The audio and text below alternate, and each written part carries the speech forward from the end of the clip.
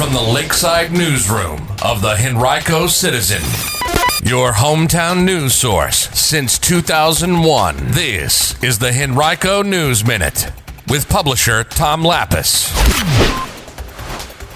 Election day has arrived and COVID numbers continuing to decline. We'll have details in today's Henrico News Minute. It's Tuesday, November 2nd, 2021.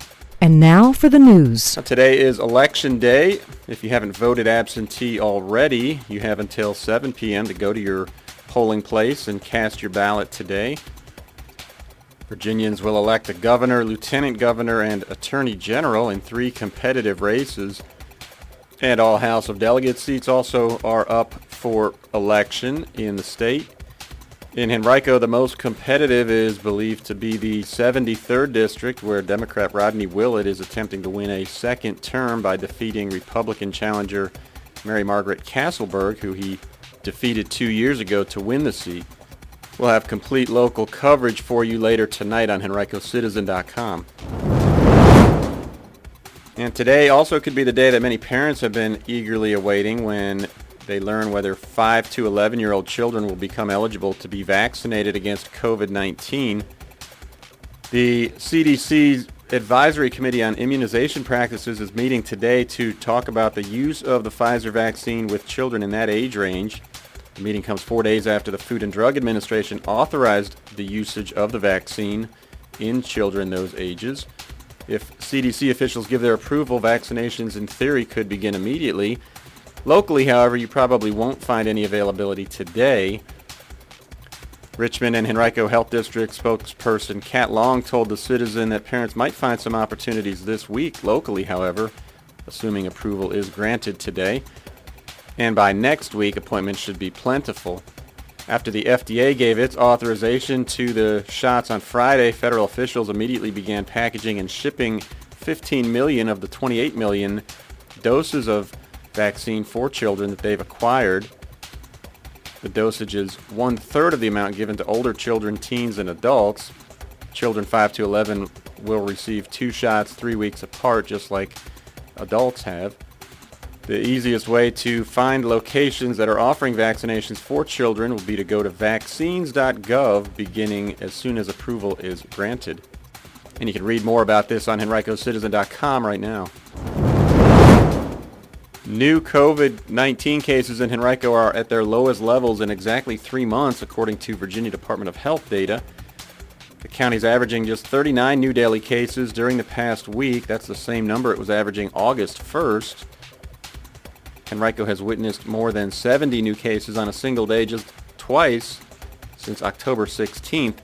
As a result of dropping case counts, Henrico Monday was downgraded from a high level of community transmission to a substantial level by the VDH. That's the first time it's been out of the highest range since late July. VDH uses a 4-level series of designations ranging from low to high to indicate the relative risk posed by the virus. All but about 30 of the state's 136 localities still remain in that high transmission level. Henrico's 7-day positivity percentages among PCR tests, 4.5%, and rapid tests, 4.1%, are both lower than the state averages. There were 60 new COVID-19 cases reported among Henrico County Public Schools students and employees last week. That was down from the previous week's total of 83 cases.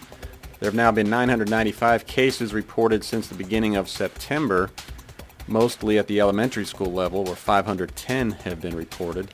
There are about 48,000 in-person students and about 7,000 staff members in the school system. Now, schools and offices began to mass distribute at-home testing kits on October 20th as part of an effort to get students back to school more quickly after quarantining due to exposures or COVID symptoms. In the first 3 days of the program, staff members provided 170 test kits to families and staffers. There's still an inventory of those at-home tests within schools and in the school system's warehouse, but the system has ordered an additional 3,900 test kits to keep up with demand. The initial shipment was 2,500. The addition means that each school has access initially to 56 kits. The tests are part of a state-funded COVID-19 testing program. for K-12 schools called Virginia School Screening Testing for Assurance.